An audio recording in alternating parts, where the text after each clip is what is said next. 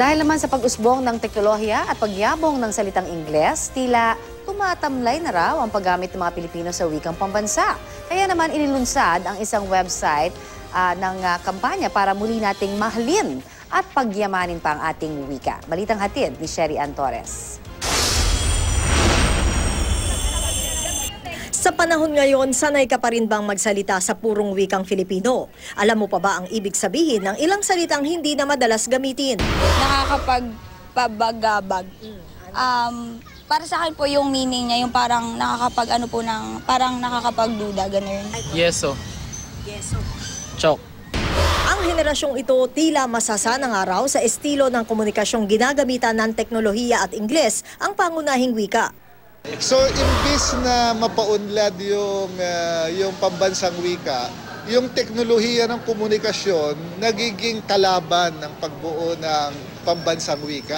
Isa sa mga rason na nakikita ng mga eksperto at mga grupo na nagsusulong na aktibong paggamit ng wikang Pilipino kung bakit tila lumalamlam na ang kaalaman ng mga kabataan tungkol dito ay yung hindi pagkakaroon ng eksaktong aralin para sa paggamit ng wikang Pilipino o kaya ay yung hindi talaga paggamit ng wikang ito sa loob ng mga paaralan.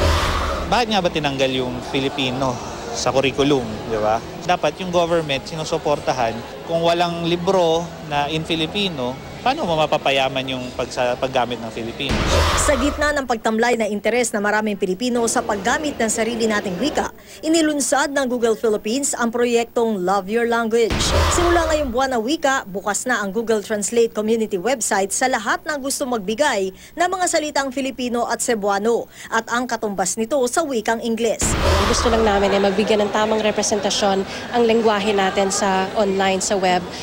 Kasi napakaganda ng wika natin, pero yung appreciation hindi maipaabot sa ibang mga bansa, sa mga ibang mga speakers ng ibang languages kasi hindi siya represented ng maigi sa online. Kapag napahusay na ang database para sa mga salitang Filipino at Cebuano, pag-aaralan din daw ng Google ang pagkakaroon ng kaparehong proyekto para sa iba pang mga wika sa Pilipinas. Sherry Ann Torres, GMA News.